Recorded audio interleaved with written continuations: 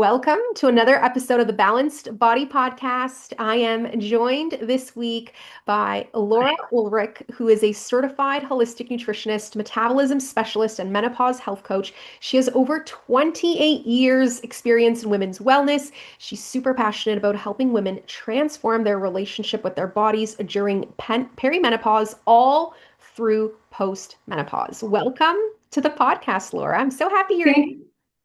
Thank you so much, Monica. I'm so happy to be here. Thank you so much for having me. I just know that this is going to be such a good episode. But before we dive into, all the knowledge you're going to bless us with, I'd love to know a little bit about your journey. How perhaps, what got you into this field of work? I'm assuming that you have a story of your own because we all have our own little journey. So I'd love to know how all of this came to be. Well, a journey, like you said, like most of us do.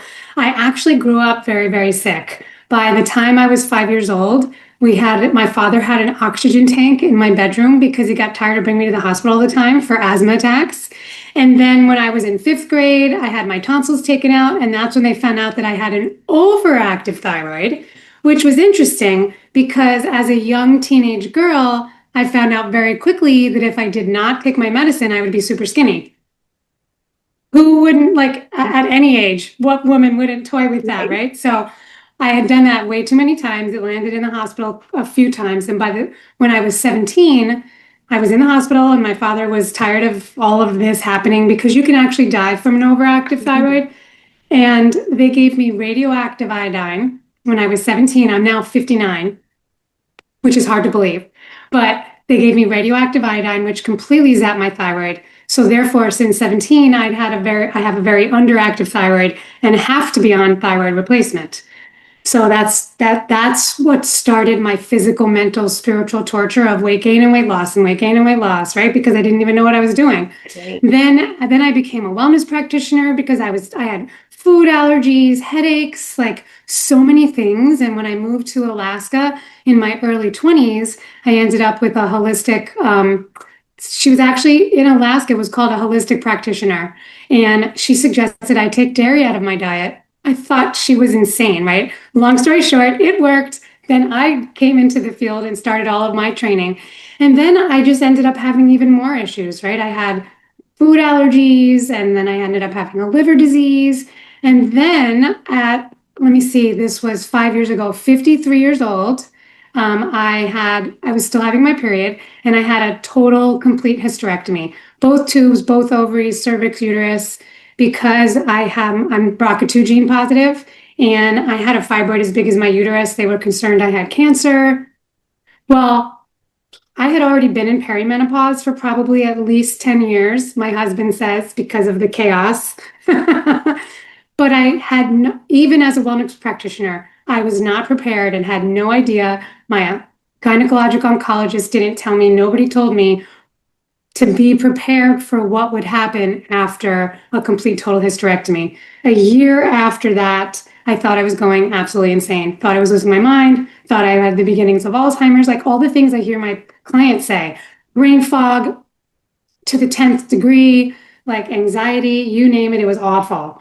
And then I finally found a menopause specialist who was able to help me.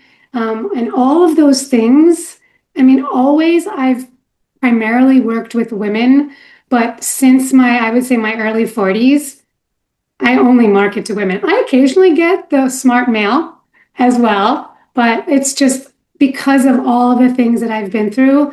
Not only am I trained in this, as you had said, but I am so passionate to help ladies feel better because I know what it feels like to have no energy, struggle with weight, struggle with thyroid, struggle with sex hormones, like struggle. Yeah. And it just fuels my soul. Like it gives me chills, right? It fuels my soul to be able to help the ladies that I end up working with because they feel like they're broken and they're not broken. They just haven't gotten the right answers. Yeah, no, I totally hear that. I'm very much in the same boat where, I've had my own health journey and it's really driven me to want to help women in particular because nobody prepares you for all the different changes that can happen.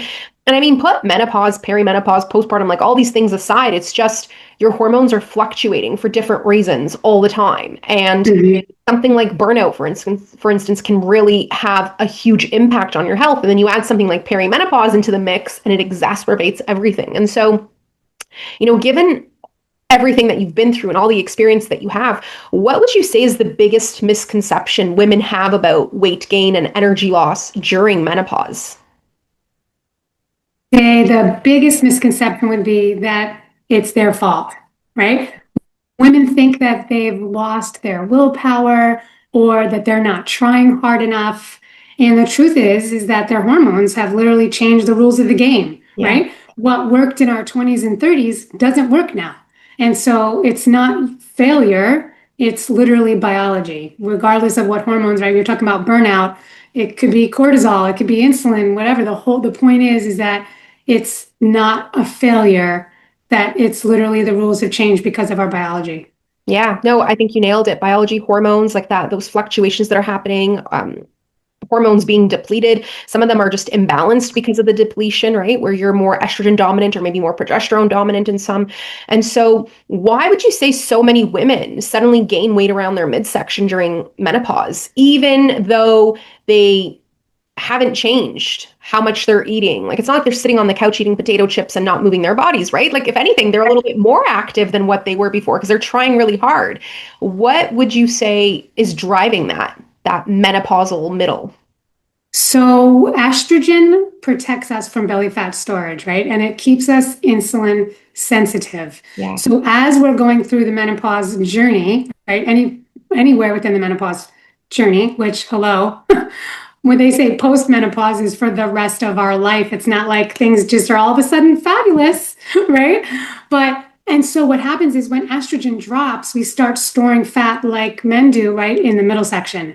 And we become more insulin resistant, making it even easier for our body to store fat and harder to burn it. And so this is why it is extremely important for us to be eating low glycemic so that we don't have the blood sugar spiking and crashing.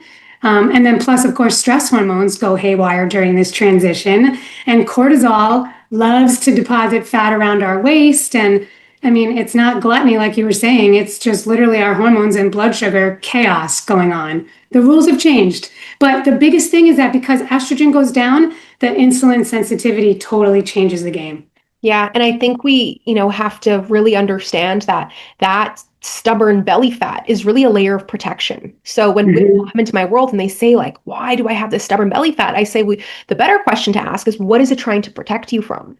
Right? Why is your body trying to protect you? Ooh, my husband's calling. Let me turn that off.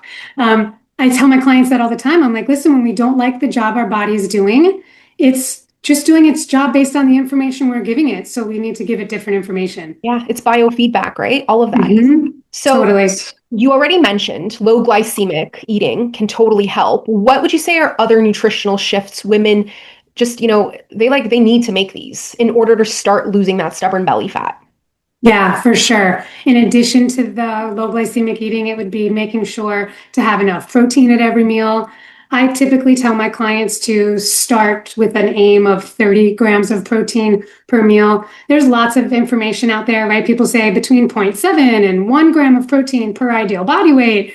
Ladies start to go nuts when they're like, I don't know what that means. So I try to keep it simple and just say prioritize at least 30 grams of protein at every meal. Of course, we already talked about low glycemic eating. And then also, once we've broken our fast, it's really important when we're in this phase of life that we eat about every 3 to 4 hours. If you can't go at least 3 hours and you're nibbling, that's a huge red flag that our insulin is spiking and crashing. So making sure that we're eating evenly spaced is very, very important to help keep our metabolism humming and protect blood sugar crashes that will trigger cravings. Yeah, absolutely. I think that that's like such a great place to start. And for women who, are already doing these things, I always say like make sure you're proper, like you're actually digesting the protein you're eating. Because that's something I see Mhm. with so many women. They're like, I'm eating so much protein, but they're not able to digest it because their digestion isn't working the way it's supposed to. Or Completely. they're eating inflammatory foods. And even though they're healthy foods, they're pro-inflammatory for them because of what's happening with their gut health, right? And so these are Hmm. all areas that, you definitely should be investigating if you're already doing these things that we just mentioned, but you definitely like want to start with these. And so what would you say? Because there's obviously a connection between stress and weight gain. And so sleep disruption. What is the connection between sleep disruption and that stubborn midsection weight? Yeah, sleep disruption. I mean, we know our hormones are off when we're waking up between that 2 and 4 a.m. I call it that witching hour, right? You wake up and it's like, oh, I can't fall back to sleep. But poor sleep will absolutely wreak havoc on our hunger hormones as well, right? Ghrelin and leptin, they go out of whack, making you crave carbohydrates, and then you never feel satisfied. And plus, sleep deprivation is also going to raise our cortisol, which again will cause you to store fat because then when the cortisol goes high, insulin is like having FOMO and it wants to go high too. So when we fix our sleep, it is so helpful for weight loss because if you could be doing all the right things, all the things that we're talking about, but if you're still having a hard time sleeping, it's going to be even harder to help the weight come off or maintain a healthy weight as well. Sleep is so important. Yeah, it's such a big stressor that we sometimes don't even realize. Like we just think, we're up and whatever, like it is what it is, but it has such a huge effect on us. And so, what would you tell a woman who is saying, like, I'm doing everything right, but the scale's not budging? What would you tell her? I hear that all the time. So, first of all, I would tell her that your scale is lying, right? So, first off, check to make sure that you're keeping your blood sugar stable with low glycemic foods because a lot of ladies don't even understand about eating low glycemic and not spiking their blood sugar, which produces insulin and insulin stores fat, right? They think that they're eating healthy. So, scale is lying because if you are dialed in and eating hormones supportively and eating low glycemic, your body is likely in a healing state right now. And look for non-scale victories like better sleep, more energy, clothes fitting differently, fewer cravings. Like sometimes the scale doesn't move, but if now all of a sudden your dress is feeling better or your workout pants, you don't have that little muffin top, obviously things are changing. Yeah. Yeah, 100%. I always say, like, start off with like bowel movements. If bowel movements have significantly increased, like that's a huge win. You might not see Huge. you might not see it as a win, but it basically means your metabolism's fired up and things are being eliminated the way that they should, right? Right? And your gut's not having a hard time because you're able to eliminate. That your moods, like if that irritability is gone, like that is massive, such a big win. That's basically showing us that, cortisol and insulin are probably dialed in and things are good. So yeah, I totally agree. It's so important to look at those non-scale victory wins. And for the woman who, feels overwhelmed, because it can be very overwhelming to start a journey, especially with all the information out there these days. Like you just don't know Oh where to my. start, right? If someone could only make, let's say, one change to start addressing their menopausal middle, what would you recommend that it be? Women are very overwhelmed because there's so much misinformation out there, right? So if they could only handle changing one thing, it would be switching to low glycemic foods because women just don't realize how much blood sugar spikes are sabotaging their weight loss efforts and their energy efforts, right? Our metabolism isn't just about energy, isn't just about weight. It's also about our energy and our cellular health. So when we stabilize the blood sugar, everything else will hopefully then start to fall into place. Fewer cravings, better energy. So that would be the one thing that I would say to start with. And if you can hear there is a huge storm, it sounds like there's hail go like knocking into my window right there. I don't know if you can hear that. No, can't hear it at all. So we're Okay, good. Zoom is doing a really good job at keeping out background noise, but it was starting to take my focus away. So I thought I would say something because I'm like, is my window going to break? For anybody that's listening, I'm in Southwest Florida. So it's hurricane season and rainy season. We don't have a hurricane, but right now we're having a huge storm. yeah, it's all good. We can't hear anything. Good. I'm good. So yeah, that would be the one thing that I would say to start would be to address making sure that you're eating low glycemic foods. Okay, awesome. And Yeah, like that's perfect. And so, what would you say gives you the most hope about helping women through this frustrating stage? You know, when women realize that it's not their fault and that there is a solution, they transform completely, right? They know that it's not just their bodies, but that they're also their confidence and their relationship with themselves. Watching their light bulb moments never ever get old. Like that gives me hope seeing women finally realize that they're not broken. They just need a different strategy. Yeah, bingo. I think that's exactly it. Just really understanding that, yeah, you need a different strategy, that it's not you, it's your strategy that's the problem. Where can our listeners connect with you if they want to learn more about you, your approach, the work you do?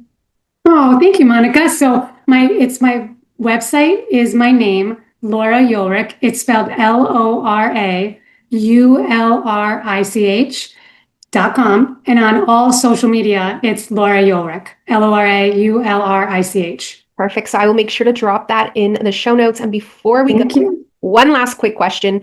Any final words of encouragement for women who feel like they've tried everything and nothing is working?